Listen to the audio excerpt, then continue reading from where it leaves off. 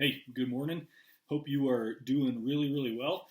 Today we're going to jump into the ask, seek, and knock passage. You know, that idea where Jesus says, hey, ask and you'll receive, and seek and you'll find, and knock and the door will be open to you. And I want to kind of pull that apart a little bit because it's something that Jesus said that I think a lot of us struggle with. We struggle with it because either we go, Jesus didn't really say that, or he didn't really mean that. Or we kind of twist it the other way and we go, oh, well, so what Jesus meant is I can have whatever I want, whenever I want. Right? It's like we look at this passage like it's a genie in a lamp. And I've seen both extremes, right? Like I've seen people who they look to God as though, hey, you're just here for everything I want. And so I'm going to ask you for it and then I expect to get it. And some people feel like they get it all. Most people who fall in that category end up getting kind of bitter at God and going, well, I asked and I didn't receive, so God didn't follow through. So that's one section of it. But I think on the opposite end, there's those of us that are really afraid of what this verse really teaches. I mean, we're kind of worried about the image of God, and so we're like, well, he didn't really mean you could ask. He didn't really mean you could seek. He didn't really mean he'd be that faithful. And actually, I think that if you get into the passage, what you find out is, yeah, Jesus did mean that you can ask, seek, and knock, and God will be faithful. But there's reasons and there's relationship and there's kind of there's a way that it's built that I think is very significant. And so we're going to press into that. What I want you to do as we go through the passage real quick as I read it and then we start diving in is I want you to listen for, okay, why does God say this? Why does Jesus say this? And what's it based on? Because I think as you figure that out, what you're going to realize is if you've genied this passage, you're going to go, wow, I need to be convicted and I need to change. But if you haven't believed this passage, man, it's going to empower you to realize that God literally is faithful in ways that maybe you and I can't even fathom, and it could change some of your life. So what I'm going to do is I'm going to jump into reading the passage, and then we're just going to spend a few minutes talking about what's it mean and how do we apply it. So remember, this is on the Sermon on the Mount. It's Jesus teaching Christians how to be Christians and the world what to expect. And Jesus says this, he says, ask and it will be given to you. Seek and you will find. Knock and the door will be open to you. For everyone who asks receives, he who seeks finds, and to him who knocks the door will be opened. And then he goes on, it's really interesting. Jesus says, which of you, if his son asks him for bread, will give him a stone? Or if he asks for a fish, would give him a snake? If then, though, you are evil, know how to give good gifts to your children, how much more will your Father in heaven give good gifts to those who ask him? In another place where Jesus teaches us, it's really cool because he says, how much more will God give the Holy Spirit to those who ask him? We'll talk about that another time, but I love that, right? Like, if you just feel like, man, this world's too much for me, God's like, ask me for my spirit. Man, I don't have clarity, I don't have wisdom, ask for my spirit. I'm afraid, I feel like I'm being defeated, ask for a spirit. He goes, how much more would I give you my Holy Spirit if you would just ask for him? But we don't, but that's another day. And then he says this, and I don't want to miss it at the end because sometimes we throw it away and we shouldn't. So in everything, do to others what you would have them do to you, for this sums up the law and the prophets. I think that's an interesting thing. We'll mention that at the very end. Why does Jesus kind of tap that on? Where he's like, hey, you can ask, you can seek, you can knock, and God will faithfully provide, and he loves you.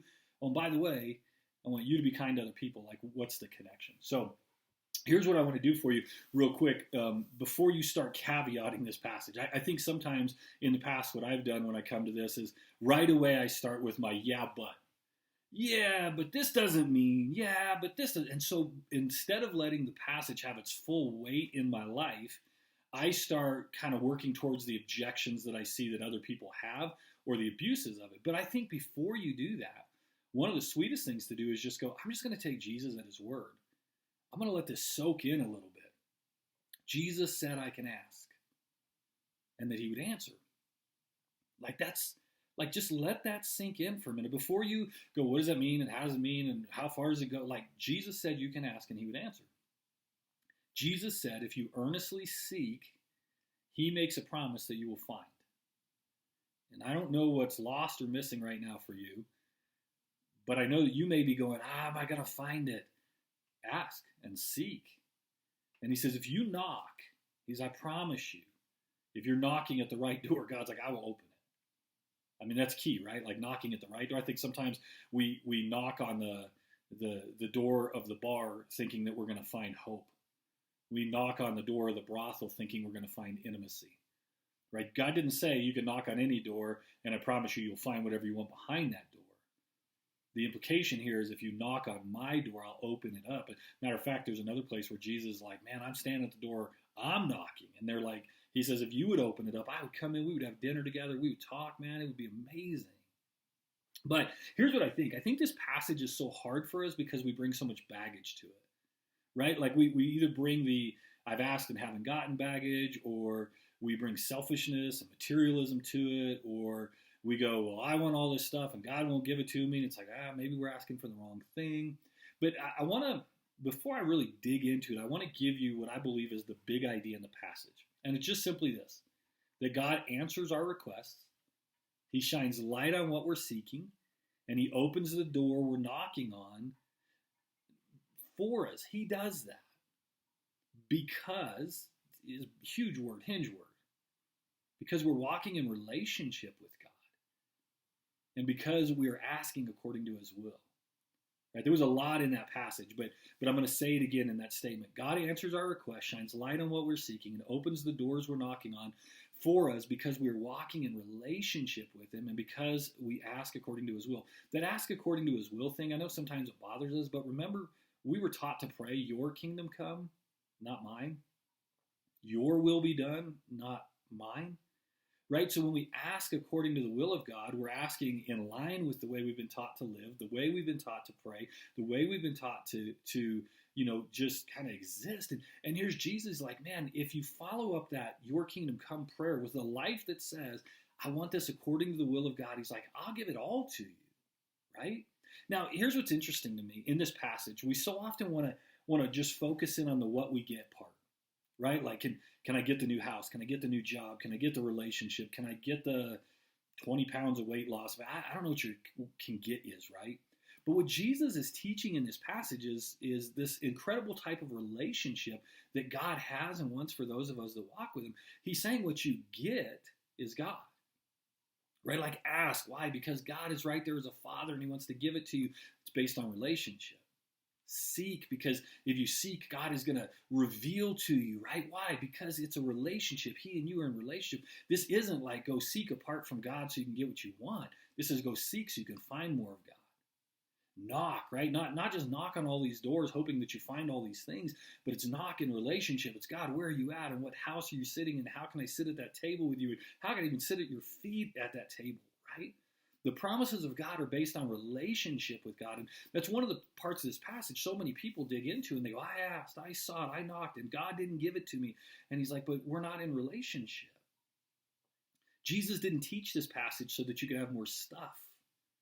He taught this passage so that you could have more of God and see the true power and the potential inside of that relationship when you're with him, what it produces. I'll say it one more time before I move on. While we want to know what we can have, Jesus is revealing that we can have a real and intimate relationship with God that impacts the world. And when we talk about this relationship, it's about what God has offered and what we do in response.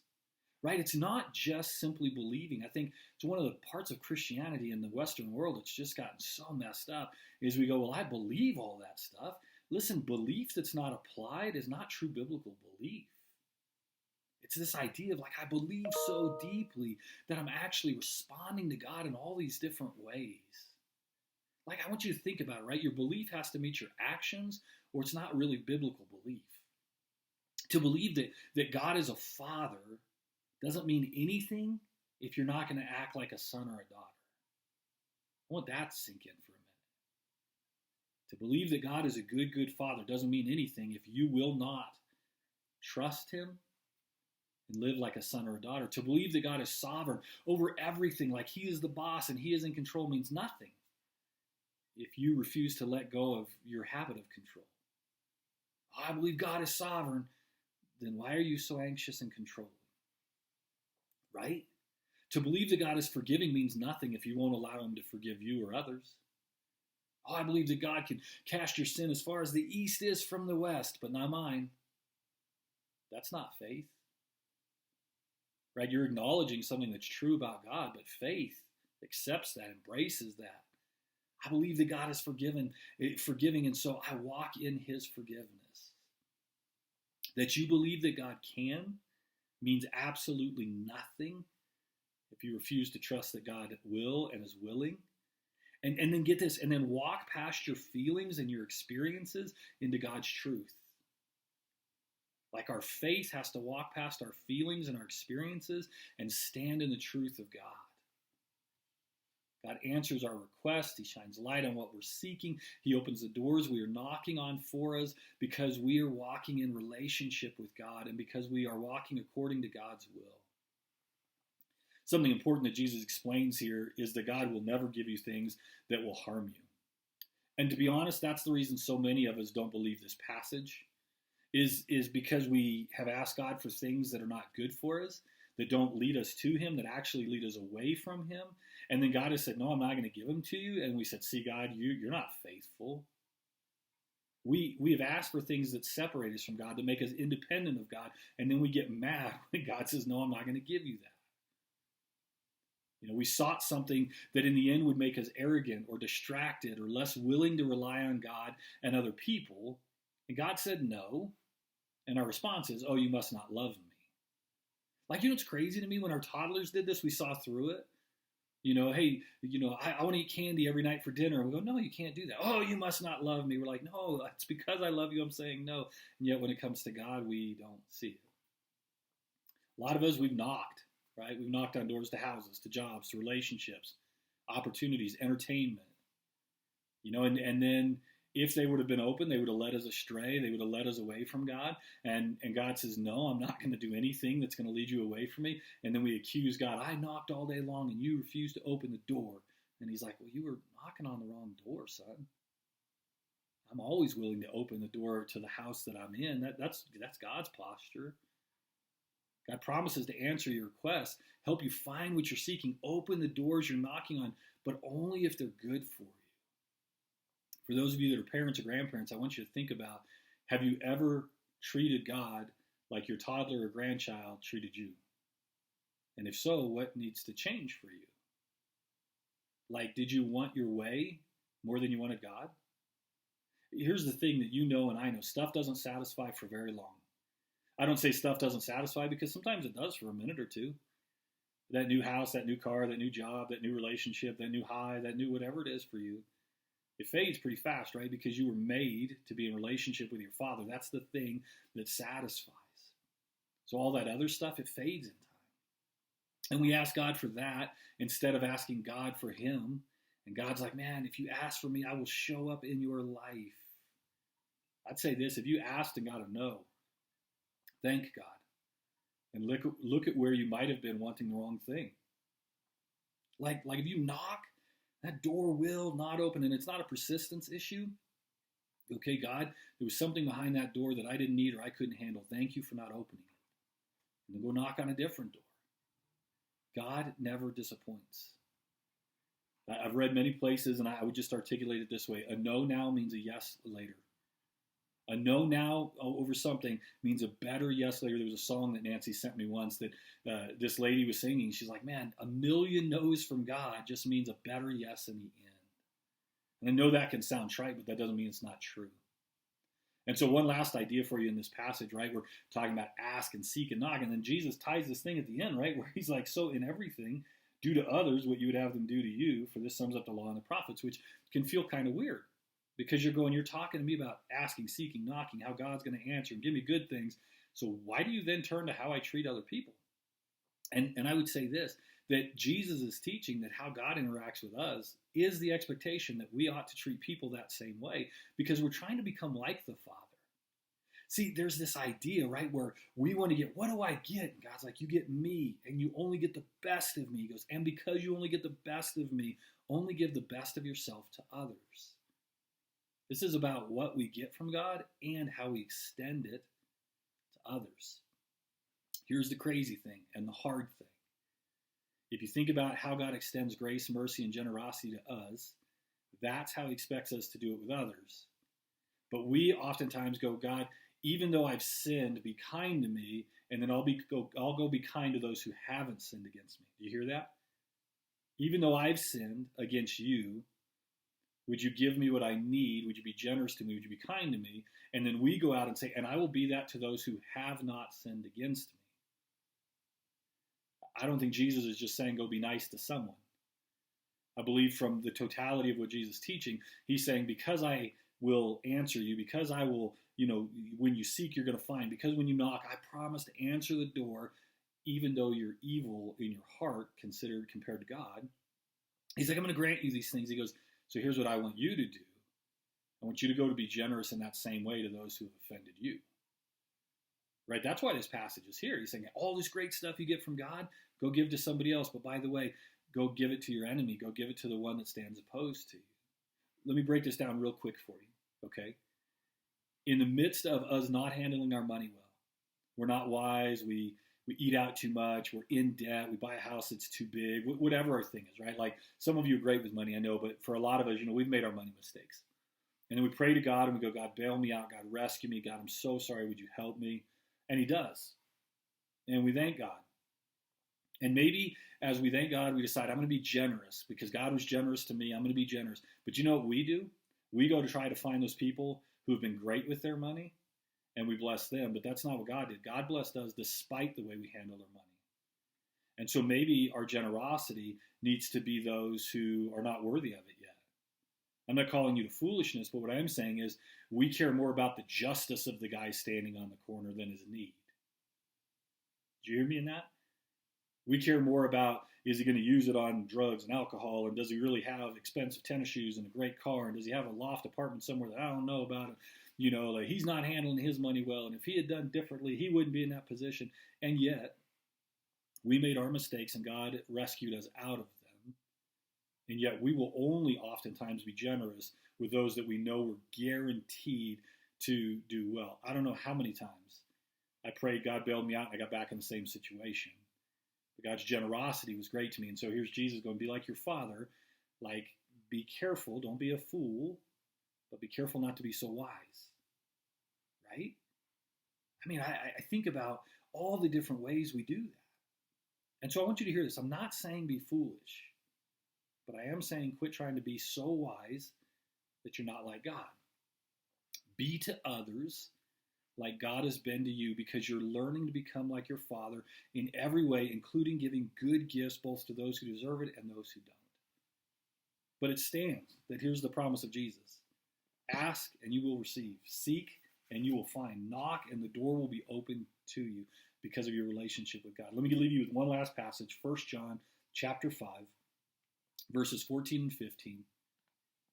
This is the confidence we have in approaching God, that if we ask anything according to his will, he hears us. You get that? You can ask anything according to his will, and here's the promise of God. God hears that prayer. And if we know that God hears us, whatever we ask, we know that we have what we have asked of him. This week I've been kind of processing out that passage a little bit and going, you know what? When I ask according to the will of God, I have a guarantee that God is listening and that God is going to answer in a marvelous way. So when I ask and I don't get an answer, either it means I need to persist and I got to figure that out, or it means I've got to go back and go, okay, God, so maybe I'm not asking according to your will. How can I ask differently?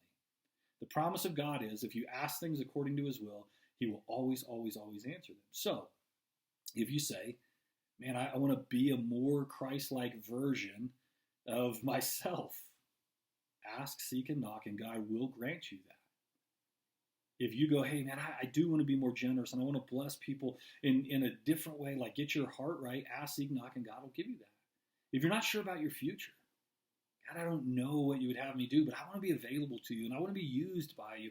Ask, seek, and knock, and I tell you this, God's made a promise that he'll answer you. I love you, and I hope you have an absolutely amazing week. God bless.